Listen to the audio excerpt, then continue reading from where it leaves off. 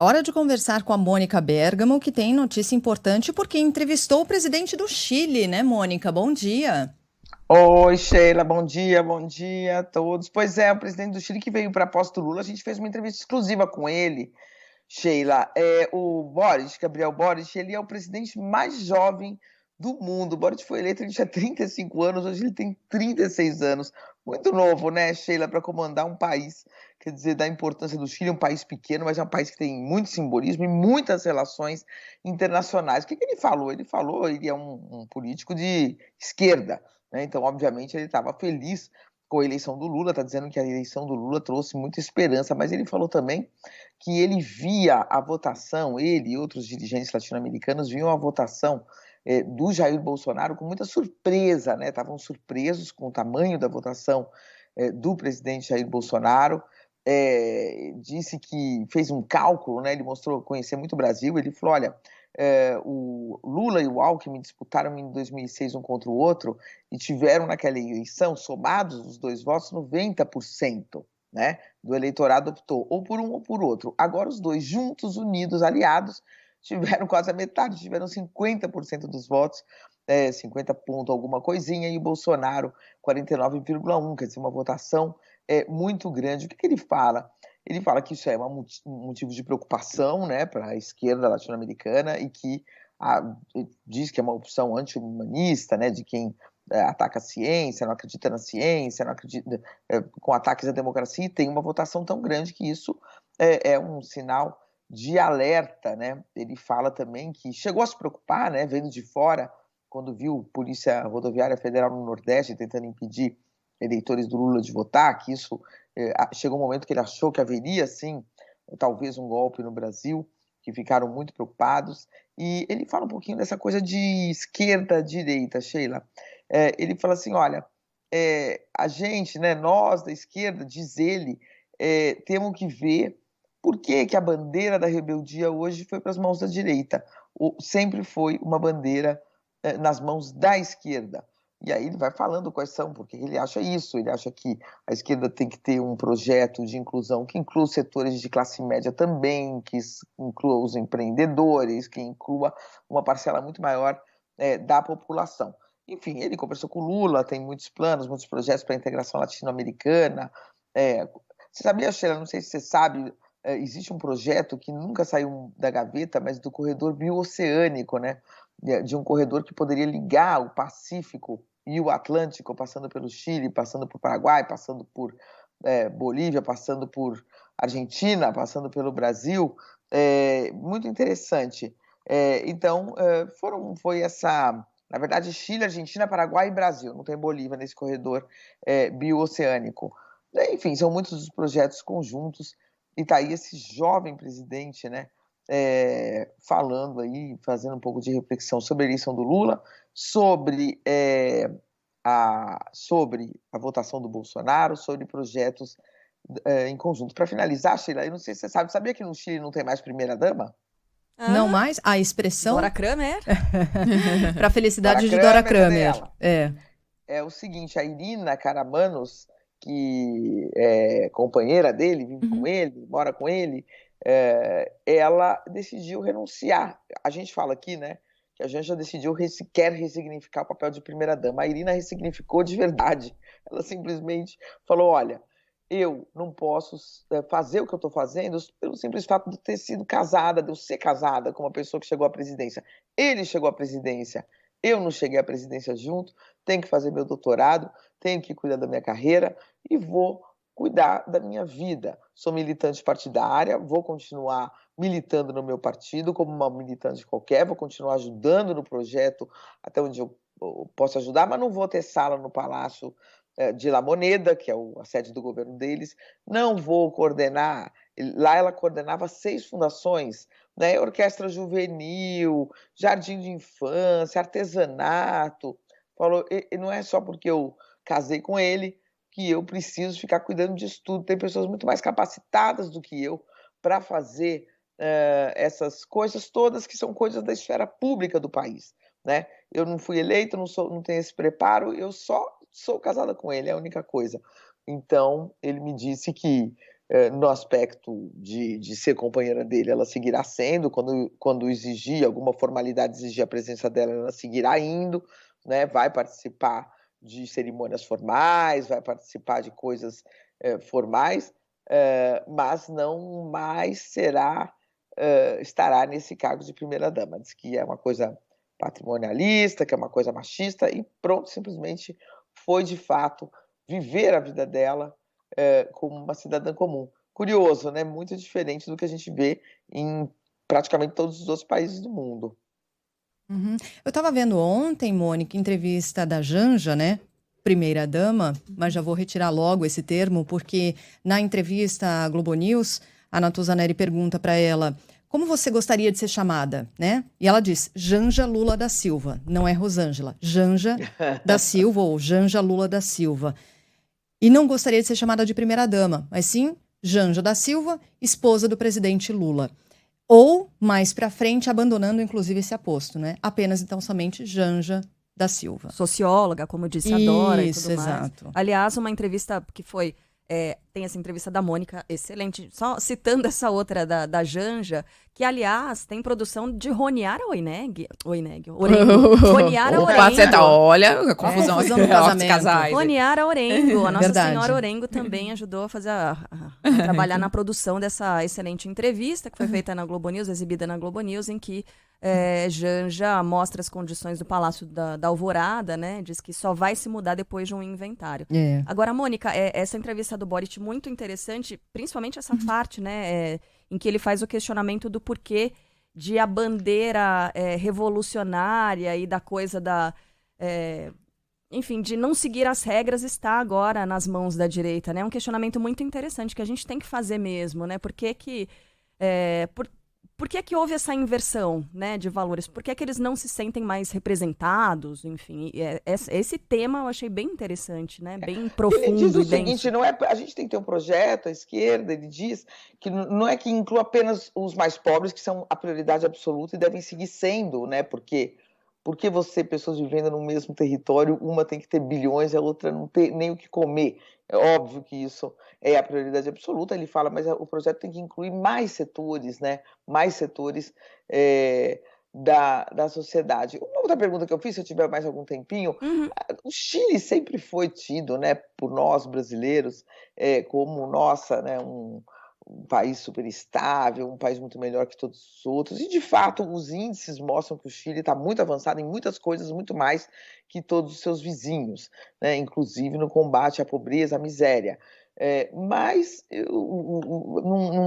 os protestos de 2019 mostraram para a gente que, como dizia um amigo meu, o Chile vai bem, mas o chileno vai mal, porque senão não tinha protesto daquele tamanho. E eu perguntei isso para ele também, ele falou, olha, sempre se vendeu o Chile como um jaguar, né? A parte da América Latina. Ele disse que o ex-presidente Sebastião Pinheiro dizia que o Chile era um oásis. Ele disse isso e uma semana depois explodiram os maiores protestos da história. E ele fala, a vida do chileno no interior do seu próprio país, dentro do seu próprio país, era difícil, né? A classe média baixa, ele falou, olha, eu não vou negar os avanços, a gente eliminou a extrema pobreza, a gente eliminou o analfabetismo, o índice de matrícula nas escolas é enorme, as instituições são muito sólidas, lá você não fica derrubando o presidente, como aqui no Brasil, que o difícil aqui é o presidente completar o mandato, né? Quando completa, a gente festeja. Lá é o oposto, né? Lá, para derrubar um presidente, precisou de avião sobrevoando e bombardeando La Moneda, senão não derrubava. É uma democracia muito mais testada e sólida, sofreu um golpe violento, né? O golpe teve que ser muito violento para se impor. A população não aderiu ao golpe lá tão facilmente e não tem impeachment, e eles acham o seguinte, votou, aguenta. Aguenta até o fim e troca depois, né? Mas ele fala isso, né? Ele fala, existe essa pobreza no Chile que estava meio ali pouco percebida em outros países, mas ela existe, tudo muito privatizado, educação privatizada, saúde privatizada, a previdência é privatizada, né? Você tem uma conta específica onde você vai colocando o dinheiro, vai tendo desconto do seu salário, vai para essa conta, é uma conta sua, não é solidária, né? Não é os mais jovens pagando para os mais velhos, é você pagar para você mesmo, e quando chega no fim da vida, esse dinheiro administrado por instituições privadas meio que sumiu, né? A pensão, a aposentadoria é uma porcaria. Ele falou, então é um sistema. Eu até falei que o Paulo Guedes tinha esse sistema como modelo. Sabe o que ele me respondeu, Carla? Não façam isso, não vão por esse caminho, porque foi um caminho que não deu certo no Chile. Então, aí, Realmente. eu adorei, achei a conversa muito interessante, muito jovem, falando ali de igual para igual com Lula, presidente com presidente, um com 36, o outro já com 77, uma sabedoria diferente do Lula, do Mujica, com quem ele conversa bastante, mas é um fenômeno, né? Uma liderança tão jovem, chegar ao poder, é a liderança mais jovem do mundo. Sem dúvida. Mônica, eu ainda não tive a oportunidade de ler a entrevista inteira. O assunto moeda comum do Mercosul surgiu nessa entrevista, porque isso rendeu aí uma resposta meio atravessada ontem de Fernando Haddad a um dos jornalistas que perguntaram sobre a fala do embaixador da Argentina no Brasil, depois daquela reunião com o ministro Haddad.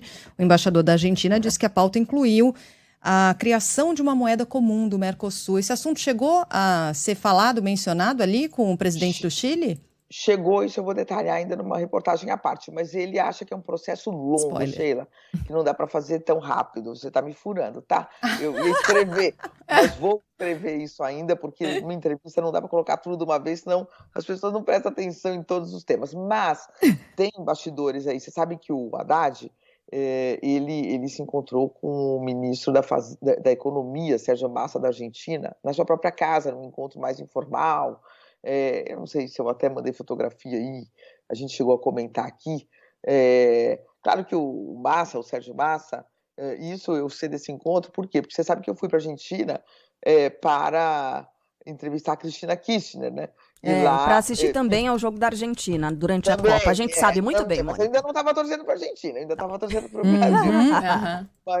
Mas aí eles tinham me pedido o telefone, contato do Fernando Haddad, porque queriam fazer esse contato. Então eu acabei sabendo pelos argentinos, não pelo Haddad, que houve essa conversa. Bom, e o Massa, obviamente, ele quer financiamentos do BNDES, quer retomar relações comerciais que com o Bolsonaro foram cortadas e etc. Mas aí o que me falaram é isso, que o Haddad, volta e meia, voltava para o tema da moeda única. Não é uma moeda única, errei, uma moeda comum, uma moeda para trocas comerciais específicas. Vai continuar existindo o real, vai continuar existindo o peso argentino, vai continuar existindo o peso chileno, cada moeda vai continuar existindo. Mas existe a ideia que ele está muito empenhado nessa negociação, né? Mas isso é algo que está partindo muito, muito do ministro brasileiro e está sendo bem aceita, mas sabe-se que não é tão fácil chegar a essa moeda comum para comércio, né? Não é uma moeda, nós não vamos poder ter essa moeda na mão para comprar coisas. É um sistema de troca específico para se desvincular um pouco do dólar, né? Para que os países aqui não sejam vinculados. Se o dólar sobe, o dólar desce, enfim, teria uma moeda daqui mesmo, uma compensação do continente. Fernando Haddad muito empenhado nisso. E com essa vontade aí de fazer vingar. Estou aqui procurando ver se eu acho a foto dele, porque era uma foto bem curiosa, ele na sua casa, porque ele não divulgou, mas obviamente o ministro argentino divulgou e divulgou bastante, colocou no seu Twitter essa foto, era uma foto que eu achei curiosa, mas que eu não estou achando aqui, só porque eu quero mostrar. Fica para outra. Ah, tá. Vai procurando aí, suspense, hein, Mônica? Não, vai procurando. Suspense. Não, é que era uma foto eu achei curiosa pelo jeito, né? Porque a gente está acostumado a ver os ministros todos mais formais, né? Políticos assim mais numa situação mais formal, eles fazem aquela pose para